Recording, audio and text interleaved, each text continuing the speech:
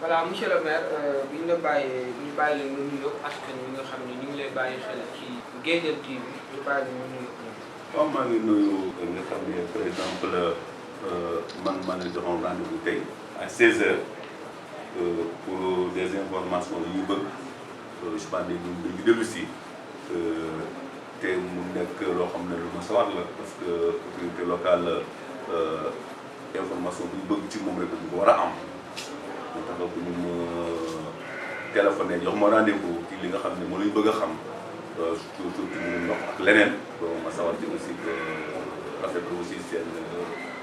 bëgg-bëgg ci li nga xam ne par exemple mooy information kon ñu ngi ñaan aussi ñi nga xam ñu ngi déglu loo xam ne xel lay xel ak loo xam ne aussi dañ ci mën a am lu bëri daal mu nekk donc lu am solo loo xam ne def nañu ko xam naa ko pour gën a am information bi actualité bi jërëjëf si yu am solo yi xam naa suñu laaj bu njëkk mooy ñu wàllu jëm si wàllu ndox monsieur le maire tey boo ñu doon ñëwaatal situation ndox bi fii ci commune bu Touba Toul tontu yàlla xam nga bon ndoxu Touba Toul je pense bien que wax ji bëri na ci wax ji bëri na ci réseau yi wax ji bëri na ci place publique yi wax ji bëri ci biir population yi mais dafa fekk ne ndox aussi dafa am solo ak source de vie la boo ko amul rek pour nga dund nga bëgg rek doo ko mën a am kon bu amee jafe-jafe ci collectivité locale il faut que dafay intéresser population yi surtout consommateur moo tax mu nekk point bu sensible boo xam ne ñun ñu war en tant qu'autorité malgré loolu n'est pas une compétence transférée aux collectivités territoriales mais aussi dañu cee bëgg a xam dañu cee bëgg a xam lu bëri ci ñun kon war nañoo xam dong li ñuy wax rawatina ndoxu Touba Toul bi nga xamee ne depuis presque une trentaine d'années am na kuréel yu ko yoroon ñu tudd ko ay AGEFOR temps yooyu AGEFOR yi ñoo géroon ndox mi nga xam moo nekk dans les collectivités locales bon AGEFOR boo ko déggee population yi ñoo ko moom population ñoo doon xolante ñoo doon joxlante lenge yi ci nga xam ne par exemple ñoo bokk ca gox ba nekk ca gox ba ba ñoo seetoon ndox mi ca jamono booba jamono boobu ak léegi lee mu yàgg ba nii ñii ñëwee bi fi ñu en 2002 aussi fekk na aussi loola doon dox dafa ñu ñoo continuer di dox ba dund nañ ci loolu parce que le mot 10 ans yoo xam ne dund nañu ko ak AGEFOR yi ñuy liggéeyal population yi di liggéeyal état am na dëkk yoo xam ne certes liggéey ba na ma daa fonctionner ci AGEFOR yi population yi daan nañu am ndox en qualité et en quantité am na gox yoo xam ne AGEFOR yi ba ñu ko yoree am na ay gàllankoor am na ay handicap non seulement population yi du ñu am ndox ba ñu war a am mais bu ñu paane aussi du ñu mën a dépanner moo xam paan nañu pompe moo xam paan nañu leneen du ñu am ressource financière pour mën a dépanner état bi moom mu dépanner état du Sénégal mu changé pompe moom mu changé leneen pour population yooyu am ndox parce que mooy surtout population yi mais am na ñoo xam ne fu ñu paane dañu mën a dépanner bu gasoil manqué dañu mën a jël gasoil bu leen a ñàkkee aussi facture courant yooyu dañu mën a fay am ñoo xam ne bu loolu ñëwee duñu mën a fay parce que ndox ma ak saytu ba nañ koy saytoo jaar du yoon ci yenn AGEFOR yi état bi nag ne am na jafe-jafe am na parce que ñii ñu ngi liggéey di am ay résultats mais ñeneen ñi non seulement que liggéey ñu liggéey bu andi ay résultats mais nag population amuñu ndox en quantité en qualité ñu ne kon nañu def réforme boo xam ne bu ñu ko defee au moins que mu nekk au niveau national bu ko defee maintenant que ndox mi bu paan amee ñu mën a dépanner facture courant yooyu ñu mën a fay facture courant bu dee population ñu am jafe-jafe mu war a maintenant ñu def effort comme réforme muy office national des forages ruraux office national des forages ruraux yàlla def na avant ñuy def réforme ba pare def nañu ay CRD au niveau régional def nañu ay CDD au niveau départemental def nañu ay CLD au niveau local au niveau des arrondissements pour woo les présidents des AGEFOR woo aussi village yi nga xam ne fa la forage yooyu nekk woo aussi trésoriers yi nga xam ne par exemple ñoo saytu woon alal yi nga xam ne moom la AGEFOR yi doon liggéey kenn ku nekk ñu wax la jafe-jafe yi nga am ñenn aussi wax jafe-jafe yi nga am état ne léegi daal pour maintenant que ñu gën a jàppale population ndox mi gën a jege population yi ba saa ñu waree naan léegi daal AGEFOR yi léegi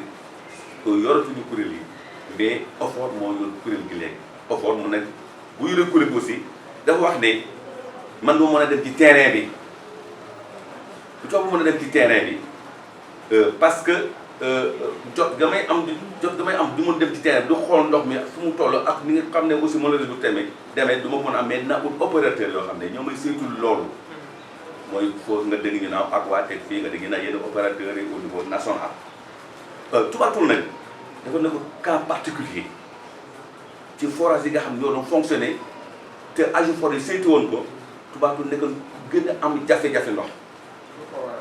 bon jafe ndox boobu li ko waral mooy certes forage yi dañoo attanuñu dëkk bi ba pare maintenant que réseau bi ñu gasee tuyau yi ci suuf bu ndox mi ñu am foo xam ne du dem. même non seulement il y a un problème de pression mais il y a aussi un problème technique au niveau des branchements parce que branchement aussi doo ñu rek maintenant gas dafa am foo xam ne war a gas mu xóot am foo xam ne war a gas mu kawe ça dépend sur un problème de technicité bu ko demee naan ndox mi lu mu tuuti dina dem fa mu war a dem mais branchement su fekkee ne par exemple dañu ko defee jaarul même lu pression am ndox mi du mën a bouger du mën a bouger ñoo leen ce qu'il faut que maintenant que ñu rénover non seulement ñu rénover les forages yeesal pompe yi jox pompe yi aussi que beneen capacité ba pare maintenant que ci suuf aussi tuyaux yi nga xam ne ko gas ci suuf muy branchement à domicile yi bien branchement yi nga xam ne ñoo dem ci village yi ñu revoir ko ba xam ne maintenant que ndox bu ñëwee du stagné fenn vous avez vu OFOR seul avait les moyens de le faire OFOR moo amul moyen maintenant changer pompe renouveler équipement yi ba pare maintenant que branchement yi mu jaar ci ko ba xam ne maintenant fu ndox war a jaar fu war a ndox mën a dem bi xam ñoo nañu Toubatoul moo déjà posé le problème non seulement que am nañu problème ndox au niveau des forages pression bi amul doole ba pare maintenant que gasine bi ci suuf ci branchement yi baaxul parce que boo demee Gadaxay fii la ñu amee ndox mais même su fekkee nga am 200 mètres cubes par heure ou bien par jour tam ndox mu dem gàtt loo xam parce que ndox mi mën na bousculer tuyaux yi pour mën a dem parce que gasine bi baaxul maanaam fu war a kawee nga war ko gas mu kawee war a suufee aussi nga war ko gis suuf parce que lépp mënuñu bokk même niveau loolu moo tax dëkk yoo xam ne amuñu ndox bon bi nga xamee loolu ñooñu ne ñun de vraiment que comme Toubatoul amul ndox AGEFOR bi amul les moyens de rénover de diagnostiquer et de remplacer les tuyaux ou bien les branchements ça sera l'occasion maintenant avec l'OFOR au moins ça fera l'occasion avec l'OFOR ñu mën a def le travail là moo tax bu ñëwee on était vraiment content pour maintenant accueillir OFOR ndax dinañu am ndox en qualité mais jusqu'à présent que bon tel n'est pas le cas am na bés boo xam ne j'ai fait dama ne il faut ma def le constat ba xam exactement réellement que ndax forage yi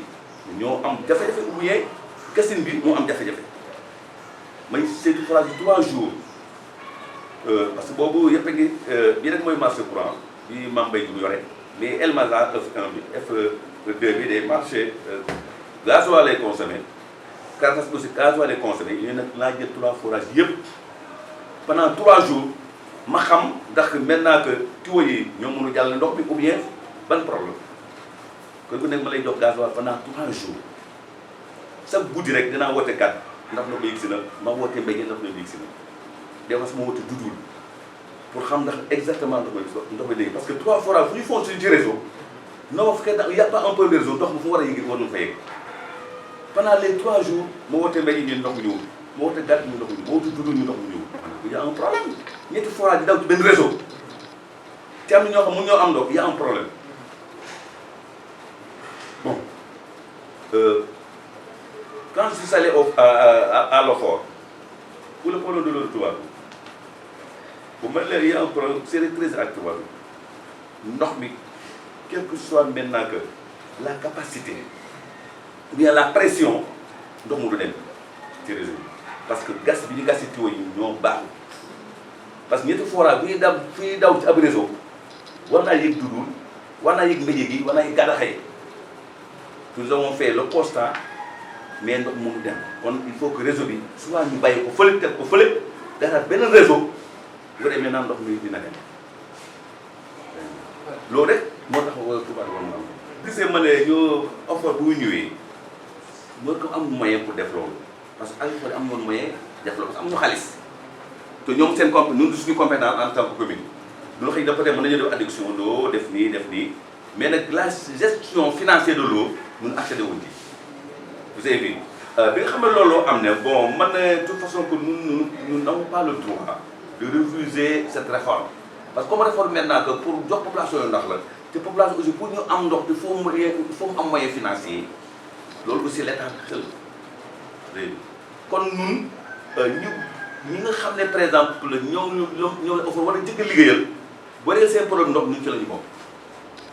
kon tubaab bi ne ko ci priorité yi au niveau de l'offre ñu kon tubaab bu fait partie de nos priorités kon lépp lu ñuy def tubaab lu ñuy jëkkee moo tax réforme yu tubaab du jëkkee ci mais nag xëy na peut être réforme yi ba tey y a des manquements parce que lañ doon fañ doon séntu effort ba tey yeggaguñu fa mu rénové changer réseau bi teg fële mënu suli itam mu def beneen bu bees bay annuler lool parce que au niveau de Kertiaf moo xam maam mbay ma ne ko Kertiaf c'est pas possible Kertiaf mënu jege fii forage bi nekk tout près kon dama jàpp ne réseau bi moo fàtt da nga ut ay techniciens ñu ñekk sax nga vérifier réseau parce que Kertiaf si dëgg la bu demee la ñuy fay man dinaa leen fay mu woo ñoom am na ñu mu woo de façon que ñu gas xool mais finalement dañoo trouvé ne am na forme calcaire la moo ko bouché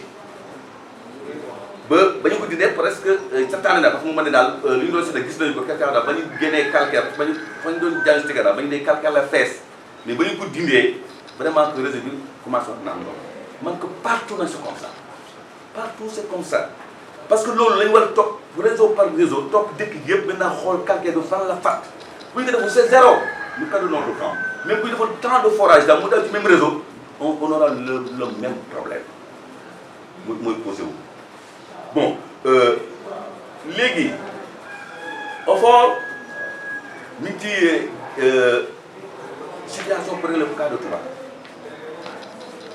pour xool réseau bi lan mooy jafe lan mooy problème mais nag na nga xam ne effort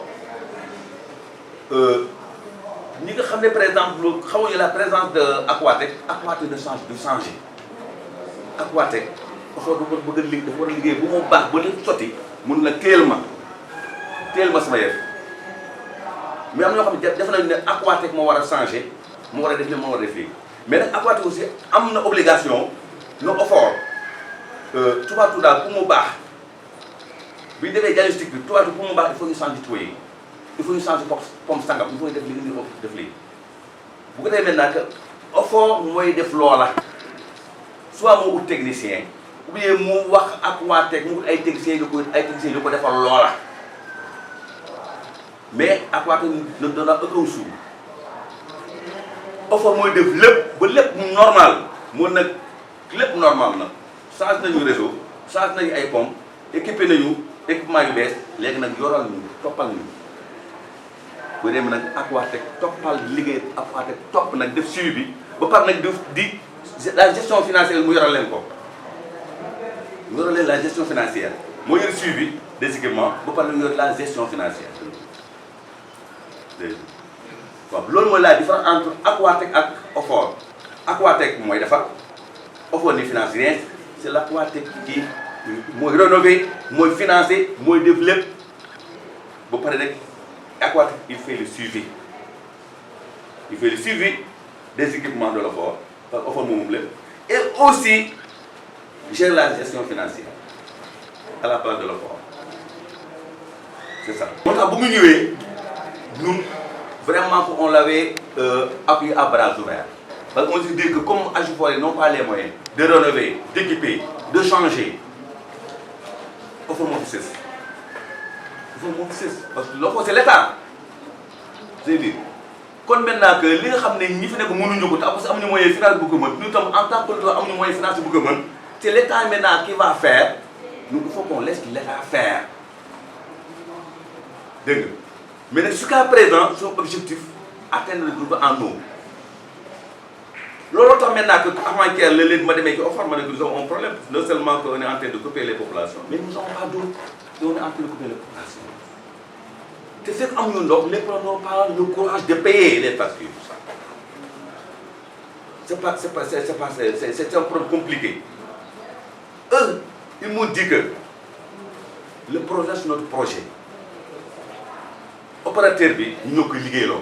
ñu kilifa suñu élément ñoo koy liggéeyloo mais nag du fere benn dërëm ci li ñu koy liggéeyloo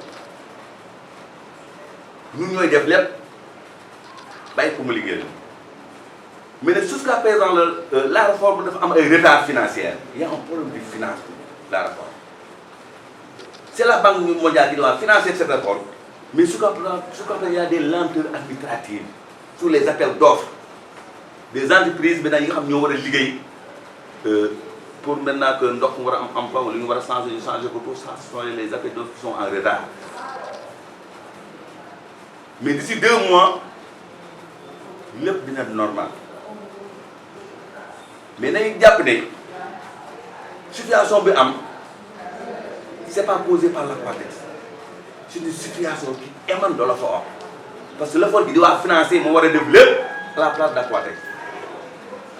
Mais comme la Banque mondiale nga xam mooy saytu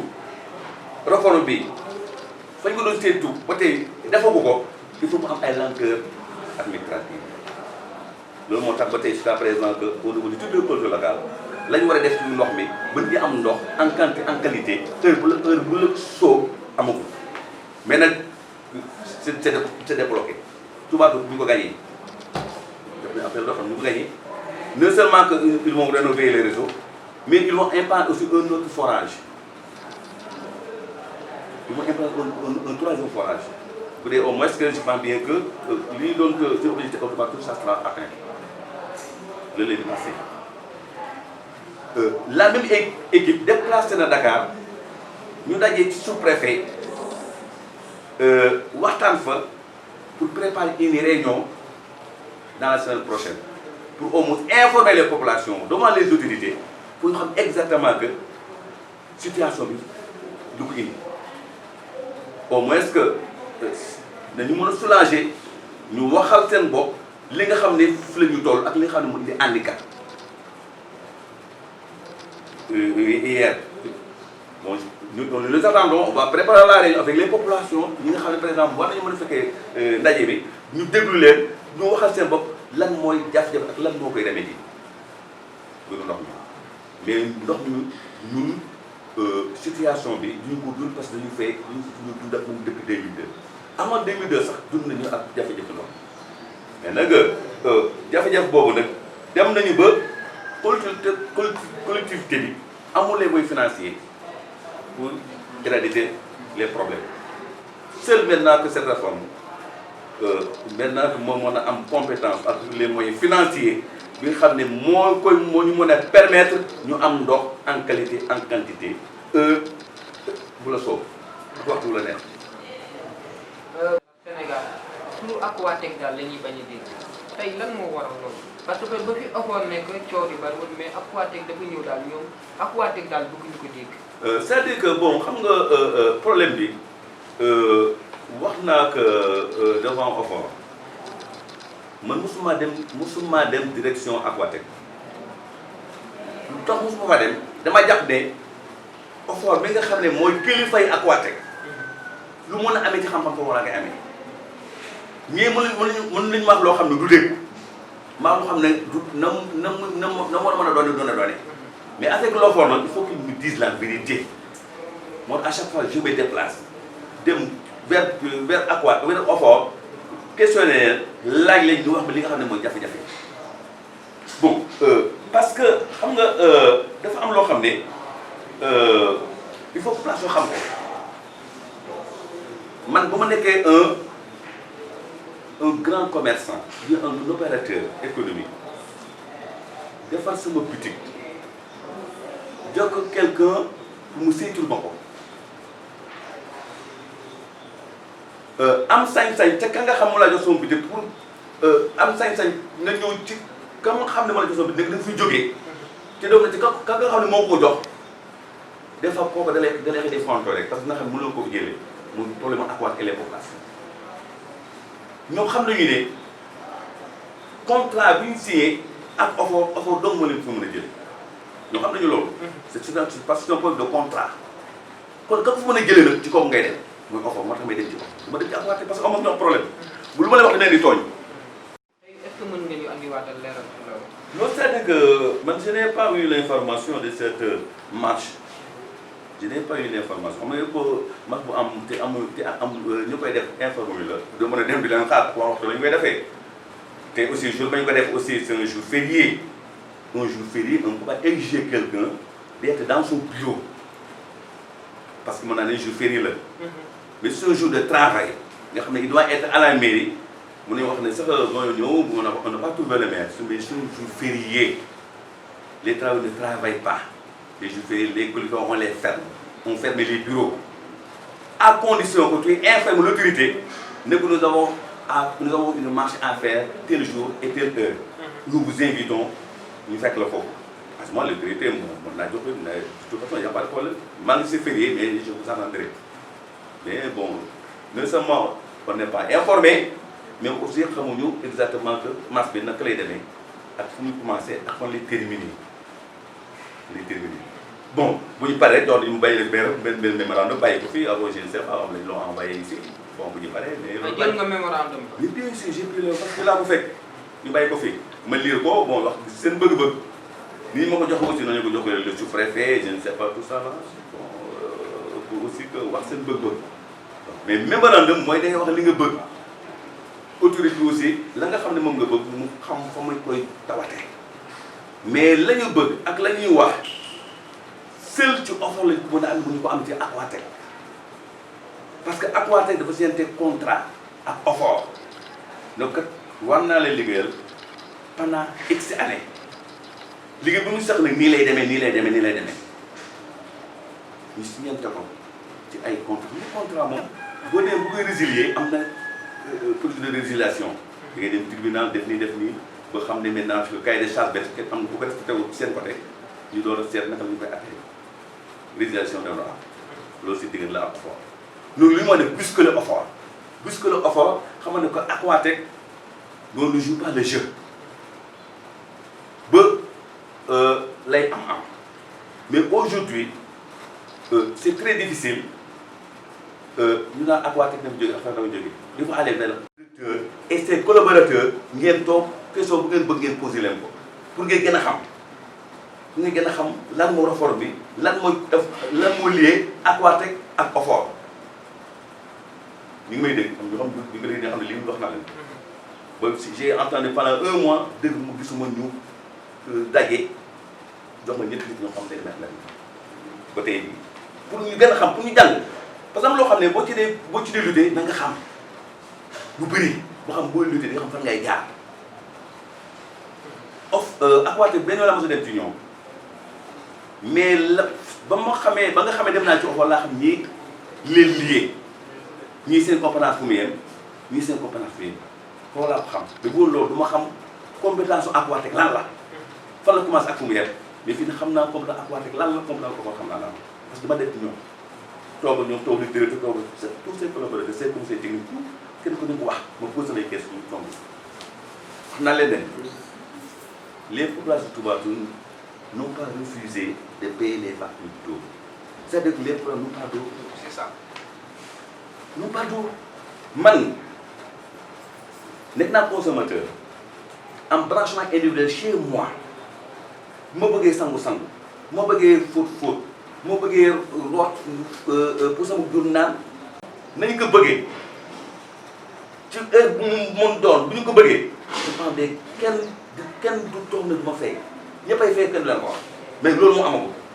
c'est ça c'est-à-dire oui c'est-à-dire que même bu ñu ko atteindre itam nañu waaw du ñu war a fay Toubatoul am ndox fekk Toubatoul am ndox comme bu ñu waxtuñu ko bu ñu xam ne que ñii nag taxaw ñu def réforme bi atteindre nañu seen objectif mais l'objectif n'est pas atteint su ko appelé Toubatoul est dans une situation vraiment tellement compliquée en matière d'eau c'est ça le problème notre lutte mooy Toubatoul am ndox en qualité en quantité mu am ndox mu doy ci heure boo ko bëgg ci sa robinet ci sa kër moo xam ci fa ngay sangoo la moo xam ci xar la moo xam fu mu nekk foo tourné foo ubbee nga am ndox loolu moo suñu objectif bu ñu luttee nag ba loolu la am population ñoo xam la leen war ak leen war ñoo koy xam seen bopp ñu du leen ko wax mais suñu xeex daal suñu xeex ak effort daal ak kuréel gu mu mën doon moo daal suñu commune bi am ndox en qualité en quantité mooy suñu lutte kër gu nekk sa branchement am ndox sa robinet am ndox loolu mooy suñu xeex saa ñu ko amee nag la ñuy des nag population yi ñoo xam la ñuy def la ñu war a def déplacement mooy Touba am ndox mosuma wax ci problème mu prix parce que problème mu prix du man maa koy proposer je ne propose pas les prix maintenant que de mètre d'eau mais ñun suñu santé mooy le développement nag mënoo ko am te ndox amul parce que bu ndox amul santé du am ci branchements sociaux ci extension yi defar aussi un troisième forage pour que Touba Toul maintenant que accéder à l'eau en qualité et en quantité. Ils l'ont dit. Ils ont aussi à préparer cette réunion avec les autorités religieuses, les autorités locales, et même aussi que, bon, justement, les AEC, partout, les personnes ressources de la commune, nous avons les conscientiser les. Mais conscientisation, moi aussi, moi, naka la ñu mën a def ba population yu gëm ne forage dina fi am naka la mën a def nekk population gëm ne réseau bi nañ ko rénover day def ay branchements sociaux nañ def ay extension pour ndox mi baaxoon fépp loolu bu ñu ko defee nag maintenant que bu Touba Toul ñëpp am ndox ni ñu ko bëggee population nag ñooy juger les actions de l'OFOR. Je ne dis pas les actions de l'Aquatec parce que l'Aquatec ne change pas, de renouveler, amul lu muy def. C'est l'OFOR qui fait tout. Tu as vu? Quand nous offrons un problème, l'OFOR c'est l'État. L'OFOR c'est l'État. État nag bon boo amee jafe wax ko sa état wax ko sa nguur wax ko sa réew ñi nga xam ñoo ko saytu ba pare di leen topp di leen harceler pour loolu nekk je pense bien que loolu la autorité mën ak population. waxtu mu ngi jëwali si jeex boo xoolee ay ñaar ba ñetti minutes moo ñu def xam naa ne nekk Touba Toul nekk 96 villages Xombal a ngi nii Jéem si Lax a ngi nii Ngoundiane. Mambayor mi ngi des 20 mètres cubes 20 à 7 mètres cubes boo ko calculé parce que day nekk ay 100 quelques mètres cubes te nit ñi mu ñu am ndox parce que réseau bi moom baaxut ndox mënu dem. ndox bi moo mënul dem moo mën accéder ci kër yi parce que gasin bi placement tuyau yi ci suuf moo normal te loolu du ko war a saafara door def lu ñuy def fekk nit ñaa ngi wax te branchement yi defaruñu ko du ñuy sol rek ndox du mën a jaar parce que ndox bi ci tuyau yi lay jaar mais tuyau bu fàttee ndox bu nu muy def dem tuyau bi aussi fekkee ne gas ba baaxul naka la mën a pousse pour dem du dem day stagné quelque part rek toog fa mais du dem loolu nag li ñu ko war a saytu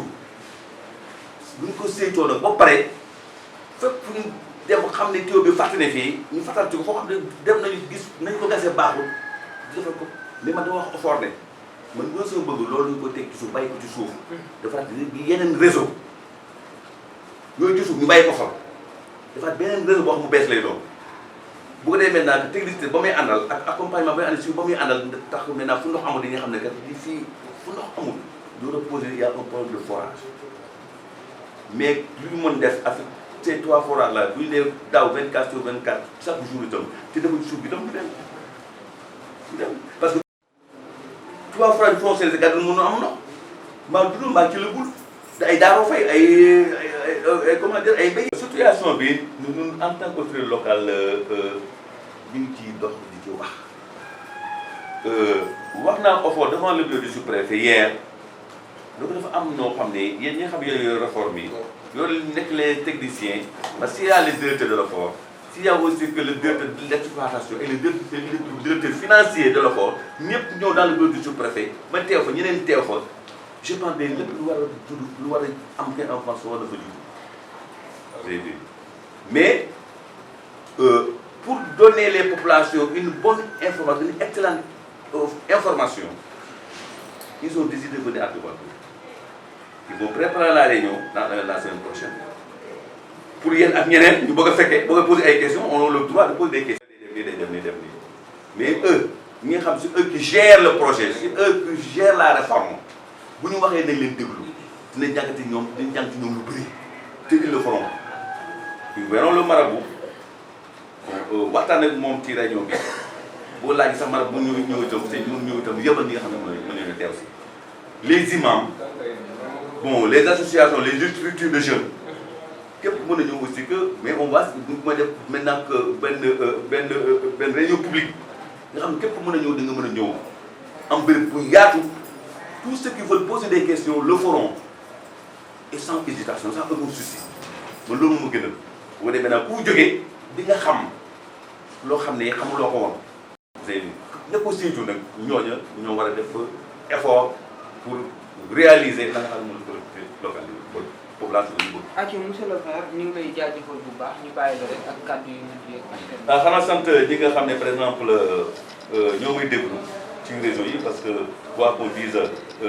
ndaje mi am na solo waxtaan bi aussi am na solo di féliciter yéen ñi nga xam ne aussi que yéen a ñëw pour taataan ay kàddu jëm ci lu dox. population yi aussi xam ne nañoo xam ne jafe-jafe bi am ci ndox ñu ngi ko dundee la ñu ko dundee nu mu ñu méttee la leen méttee nu mu leen méttee la ñu méttee mais de toute façon bu fekk ndox moom moo sottiwul saafara amul ci loolu duñu toog di def ñi nga xam ne ñu saafara ñoom nag digg nañ ñu nañu Touba Toul la maintenant que suñu première part li nga xam ne moo la Banque mondiale dugal ci alal muy 22 milliards pour rénover pour accompagner la réforme jot nañu ci appel d'offres yi def nañu ko Touba Toul la ñuy démarrer. Ils l'ont dit hier, ils l'ont dit aussi devant moi dans le bureau le dernier. Devant le sous-préfet, devant d'autres personnes qui étaient là-bas. Bon, si vous avez une réunion aussi, vous avez informer la population, vous avez sensibiliser sur les gens qui ont fait des victoires. C'est le prochain. Inch'Allah. Merci beaucoup.